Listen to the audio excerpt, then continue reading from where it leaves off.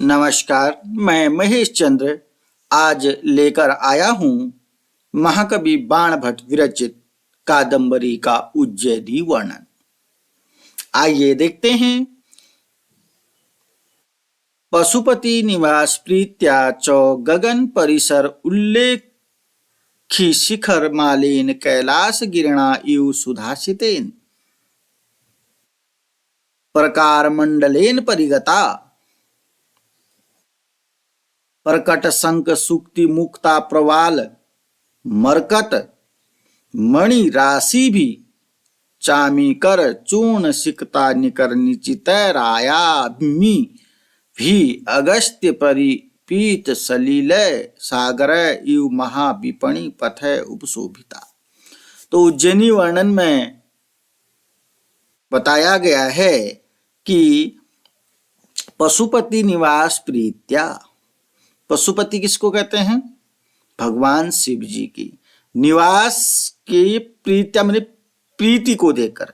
आपको मालूम है उज्जैनी में पशुपति ने अपना निवास बनाया हुआ था। पशुपति यानी कि शिव जी ने के निवास की प्रीति को देखकर, शिव जी वहां रह रहे हैं तो वो प्रसन्न है, उनकी प्रीति प्रसन्नता को देखकर, पशुपति शिव जी के निवास की प्रसन्नता को देखकर गगन परिसर उल्लेखी, गगन माने आकाश के परिसर को, आकाश के परिसर को स्पर्श करते हुए, उल्लेख माने स्पर्श करने वाले शिखरों से युक्त कैलाश पर्वत, गिरि माने पर्वत, मानो वहां आ चुका है। क्या कह रहे? पशुपति के निवास की प्रसन्नता को देखकर, पशुपति वहां रह रहे हैं, पशुपति की प्रीति को देखकर, पशुपति यानी कि शिव जी की प्रसन्नता को देखकर आकाश मार्ग को स्पर्श करता हुआ शिखरों से युक्त, शिखर मालाओं से युक्त, शिखर पंक्तियों से युक्त, शिखर मालाओं से युक्त कौन? कैलाश पर्वत मानो वहां पर आ चुका है। कहने का मतलब है वहां पर कैलाश पर्वत भी है और वह कैलाश पर्वत के विषय में बताया गया है कि मानो शिवजी को देख करके, शिवजी की प्रसन्नता को देख करके वह कैलाश जो है, कैलाश पर्वत है, आकाश मार्ग को स्पर्श करता हुआ वहां आ चुका है। कैलाश पर्वत कहाँ आया है? उज्जैनी में आया है। कैलाश पर्वत क्यों आया? शिवजी की निवास करने की जो प्रीति है उसको देखकर आया है।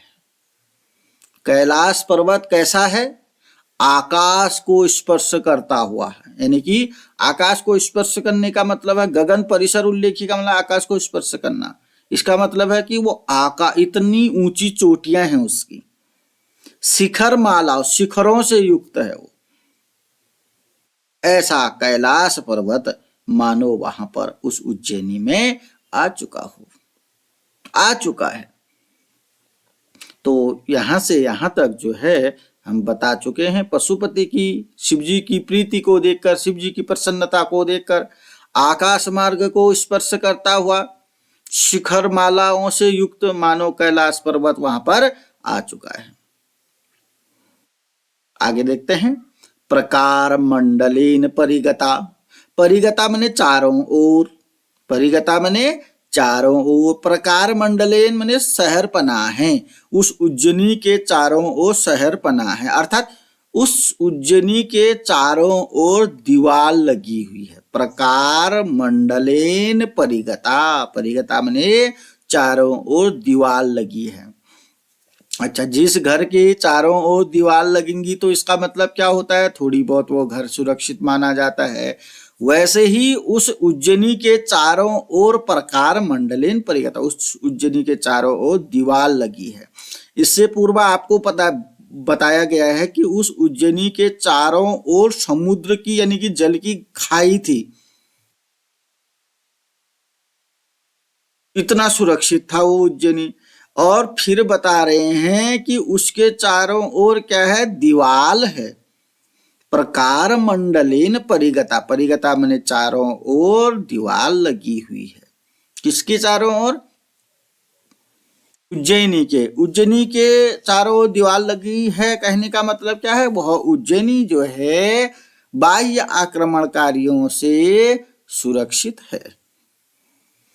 आगे देखते हैं। अब देखिएगा, बड़ा सेंटेंस है। प्रकट शंख सुक्ति मुक्ता प्रवाल मरकत मणि राशि भी चूर्ण सिकता निकर निचित भी अगस्त्य परिपीत सलिल सागर यु महाविपणी पथ है उपशोभिता।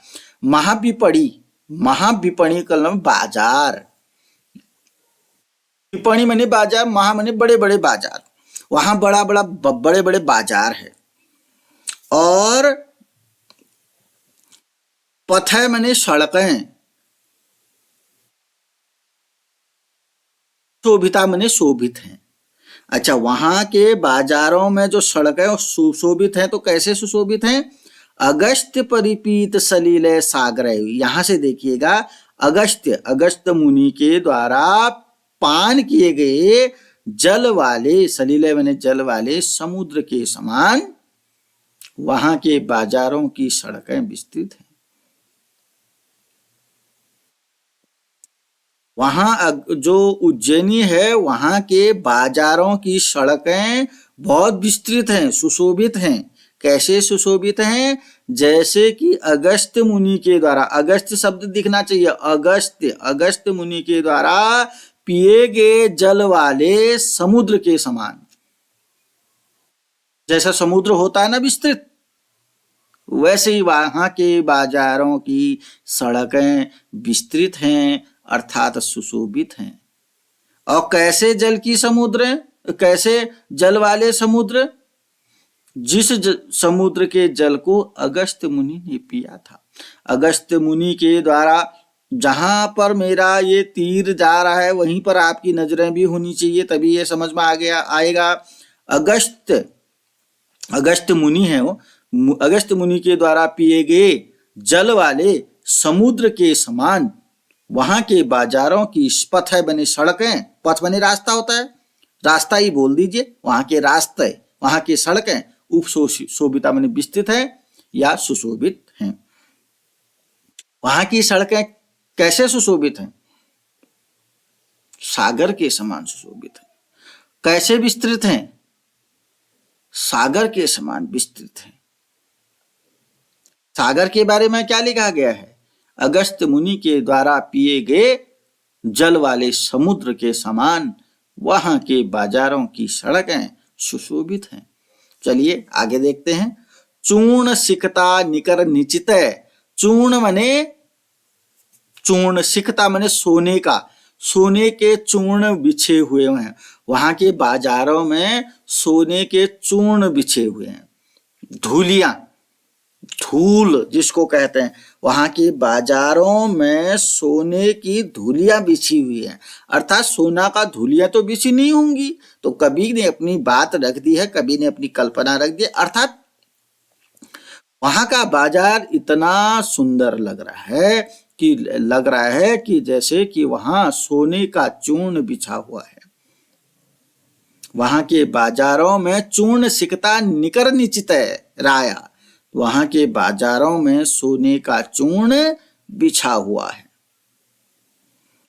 अब अंतिम बात बाजार के विषय में क्या बता रहे हैं?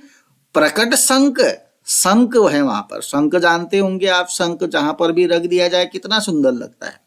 सूक्ति सीप, मोती, प्रबाल मूगे, मरकत मणि, राशि भी चामी करो। वहां के बाजारों में ये बिकने के लिए सजाए रखे हैं।